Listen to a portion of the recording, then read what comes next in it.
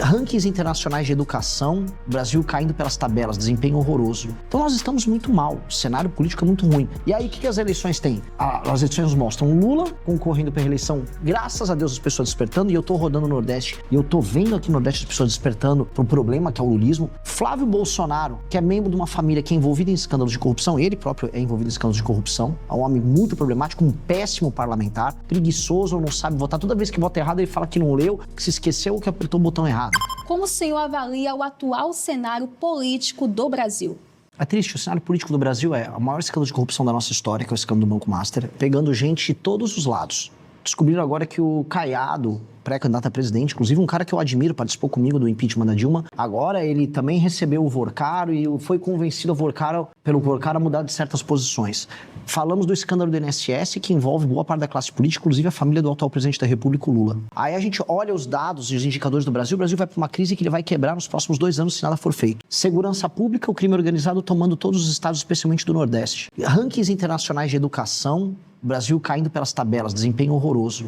Então nós estamos muito mal, o cenário político é muito ruim. E aí o que as eleições têm? As eleições mostram Lula concorrendo pela reeleição, graças a Deus as pessoas despertando, e eu tô rodando no Nordeste, e eu tô vendo aqui no Nordeste as pessoas despertando pro problema que é o lulismo, o fato que eles não têm nada a entregar. Flávio Bolsonaro, que é membro de uma família que é envolvida em escândalos de corrupção, ele próprio é envolvido em escândalos de corrupção, é um homem muito problemático, um péssimo parlamentar, preguiçoso, não sabe votar. Toda vez que vota errado ele fala que não leu, que se esqueceu ou que apertou o botão errado. Votou agora numa agenda completamente contrária dos eleitores dele e estava negociando agora a nomeação do Messias, que é o Bessias, que é um aliado do Lula, pro STF. Ou seja, os nomes são muito ruins, infelizmente. Então o cenário do Brasil é se ficar o bicho come, se correr o bicho pega. Só que tem a gente para enfrentar o bicho. E eu tô rodando o Brasil para despertar as pessoas para esse problema que nós estamos vivendo. Falando em despertar, o senhor acha que ainda a população brasileira está muito presa ainda ao lulismo, ao bolsonarismo? Em parte, sim. Em parte, sim. Porque em qualquer lugar do mundo, você trabalha com o fla-flu, que a gente chama, né? Você tem um ou é o outro. E é fácil pensar com essas categorias. A gente vai ver até em livros religiosos, tem Deus e tem o diabo, sabe? Tem Jesus, tem Lúcifer. Você tem esse dualismo. E esse dualismo não tem que existir. O dualismo não tem que existir, primeiro porque o diabo não tem que ocupar espaço em nada. E o que eu falo para as pessoas é, de um lado você tem o capeta, que é Lula, e do outro você tem o Judas, que é o Flávio Bolsonaro, que é a família que trai as pessoas. Então nós temos que ter um outro caminho. E não é nem terceira via, é a única via. Quais são os problemas do Brasil, independente se você é de esquerda ou de direita. O que nós temos que resolver para ter estrada que funciona, para ter moradia, para acabar com as favelas, para fazer a economia crescer, para fazer as pessoas saírem do Bolsa Família. Eu não quero, assim, uma das coisas que rolam muito, mas nem assim, não, um monte de gente na minha cidade está com Bolsa Família. Eu não quero que as pessoas estejam no Bolsa Família. Falo olhando para a câmera. Eu vou diminuir o número de pessoas no Bolsa Família. Aqui no Maranhão. Marmanjo que está ganhando Bolsa Família com 25, 26 anos, achando que é legal, só que vai fazer um bico, vou botar você para trabalhar, vai ralar. Vai ter frente de trabalho na tua cidade. Papo reto. Entendeu? E vamos fazer a atividade econômica crescer. Aqui no Maranhão, uma dica para as pessoas, o maior ICMS do Brasil, que é o Imposto de Circular Mercadoria e Serviço, é o mais alto do Brasil. Como é que um estado tão pobre como o Maranhão cobra o maior imposto e não entrega nada com esse imposto? Uma das piores educações, uma das piores sistemas de segurança que a gente tem no Brasil, está no Maranhão, e ainda cobra um imposto tão alto. Então, o que eu falo para todo mundo é, se a gente focar no problema, chutar os ladrões que tem no meio do caminho, a solução está aqui. Tanto que o próprio Maranhão, o Maranhão tá fácil, tá?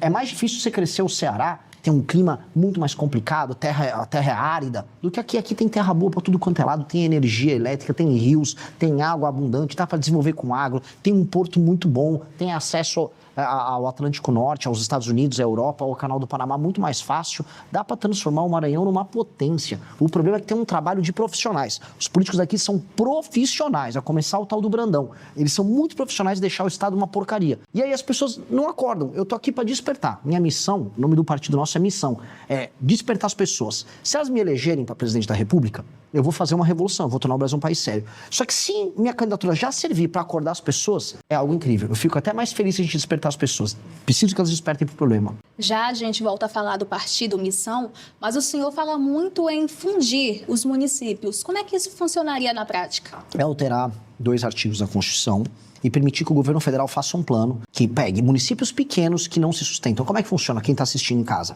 Tem vários municípios que têm 5, 10, 15, 20 mil habitantes. Esses municípios, se eles estiverem gerando renda, por exemplo, tem muitas empresas e eles pagam as próprias contas e os indicadores de saúde, educação, saneamento básico estiverem bem atendidos, o município pequeno pode existir, não tem nenhum problema. Agora, se o município é sustentado com o dinheiro do governo federal, ele não gera riqueza e a população é maltratada, aí eu vou juntar eles, 1, 2, 3, 4, 5 municípios, transforma num município só, demite esse monte de vereador, os famosos babões de político, demite os babões que tem lá na prefeitura, que trabalham de mentira, de assessor, demite os demais prefeitos, tem um só prefeito e só 9 vereadores. E eles não vão trabalhar simples, com a regra que eu estou chamando da reforma administrativa, com lei de responsabilidade gerencial, o que nós vamos fazer é, esse prefeito assume, só que ele tem uma série de metas e indicadores para cumprir.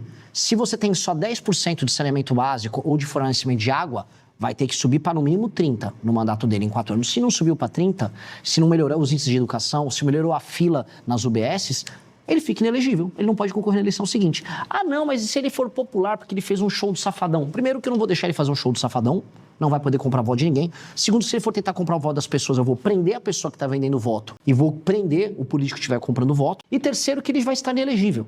Agora, se ele cumpriu a meta, se foi um bom prefeito, melhorou o saneamento básico, melhorou a educação, melhorou a segurança, fez empresas se instalarem ali, o município começou a esquentar, a economia cresceu, as pessoas estão com emprego, estão comprando uma moto, estão comprando um carro, estão fazendo uma casa, a vida começou a melhorar, o cara vai poder fazer o show do Safadão no município dele numa boa, tá? Eu vou querer ver a população daquele lugar feliz, ele vai poder concorrer à reeleição e o partido dele ainda ganha fundo partidário eleitoral como prêmio porque ele foi um bom prefeito. Então a gente tem que bater no político que não presta, no prefeito, mas se o político que presta, a gente tem que premiar. Essa é a regra que a gente vai fazer. Fazendo isso e fundindo o município, a administração aqui vai melhorar tanto. Mas eu te falo, tanto, que vocês vão dar um salto. O Maranhão vai começar a crescer 10% ao ano. 10 a 15% ao ano. Até começar a pegar o ritmo de ser um dos maiores estados do Nordeste, que é o que ele tem que ser. Agora falando do Partido Missão, que ele surge como uma alternativa no cenário nacional, o que diferencia o Partido Missão dos demais partidos?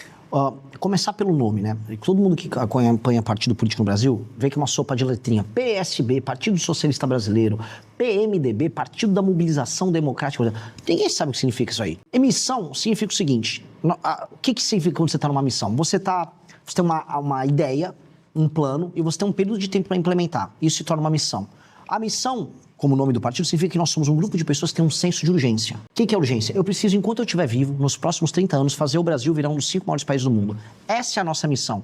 Eu quero que daqui 30 anos o meu país esteja junto com China, Rússia, Estados Unidos e Índia, mandando no mundo. Mandando foguete para o espaço aqui da base de Alcântara, no Maranhão, tendo alta tecnologia, produzindo inteligência artificial, tendo forças armadas poderosas, destruindo o crime organizado, sendo influente. Essa é a missão. Então o meu partido surgiu para cumprir isso. E aí a gente fez uma lista de políticas que a gente tem que implementar para fazer isso, publicamos isso em livros e montando o partido. E minha pré-candidatura hoje é para isso. Então quando os outros ficam lá com blá blá blá, eu gosto muito do Lula, não, o Bolsonaro tem lindos olhos verdes, eu tenho um plano, eu quero implementar, eu tô com pressa. Eu preciso fazer meu plano ser implementado rápido. Por isso que eu já sou pré-candidato a presidente. É um senso de missão, um senso de urgência. Falando em partidos, o senhor fez uma crítica ao PSOL. Qual foi o principal ponto dessa crítica? Puxa, eu faço tantas críticas ao PSOL. Então, o primeiro problema do PSOL, por que o PSOL existe? O PSOL é um partido de sabotagem à soberania nacional. Se for a última crítica que eu fiz recente a ele, é porque o PSOL, veja só o absurdo, ele entrou no STF, junto com um monte de ONG que recebe dinheiro dos nossos concorrentes da Europa, para impedir que a Ferrogrão, que é uma ferrovia que escoa a produção de soja do Brasil, do agro, especialmente no Mato Grosso, termine. Eles não querem que a gente tenha uma obra para, em vez do caminhoneiro ficar cansado na estrada entregando a mesma produção sempre, uma ferrovia atenda a produção do Brasil, fazendo que sobre mais divisas, entre dinheiro no Brasil, a gente possa fazer mais políticas sociais. O PSOL não quer, porque o PSOL trabalha a serviço dessas ONGs americanas, alemãs, norueguesas, que não querem que o Brasil tenha um agro forte, porque eles estão protegendo o agricultor deles. Isso está acontecendo aqui no Maranhão agora. O ICMBio quer pegar toda a área perto do Porto de Itaqui, quer interditar porque tem que ter 20 pescadores ali. Então você tem que ter 20 pescadores funcionando, que nem existem mais pescadores, ninguém está pescando ali. É uma não economia, aliás, ninguém quer no século XXI que as pessoas fiquem vivendo de pesca de subsistência. E aí querem interditar uma região que pode ser super desenvolvida, a gente pode instalar empresas que podem criar produtos que vão ser exportados para fora do Brasil. Ou seja, essa agenda de sabotagem que o PSOL apoia em todos os lugares do Brasil, impede os lugares mais pobres do Brasil de crescer. Portanto, o PSOL é inimigo do Brasil e ele tem que ser combatido assim. Gostou do vídeo? Não esqueça de deixar o like e se inscrever no canal. Te vejo no próximo próximo vídeo. Fala, meus queridos, aqui quem fala é o Alan do canal Inevitável Cortes, e no meu segundo mês postando cortes aqui no YouTube de figuras do Partido Missão e do MBL, eu faturei cerca de 25 mil reais, ou um pouquinho mais de 4 mil dólares. E se você tem interesse em estar criando seu próprio canal de cortes, eu preparei um treinamento 100% focado, mostrando o passo a passo pra você estar conseguindo fazer seus cortes de figuras do Partido Missão e do MBL. Pra acessar o treinamento é só clicar no primeiro link da descrição ou ler o QR Code que tá aparecendo aqui no meio da tela agora.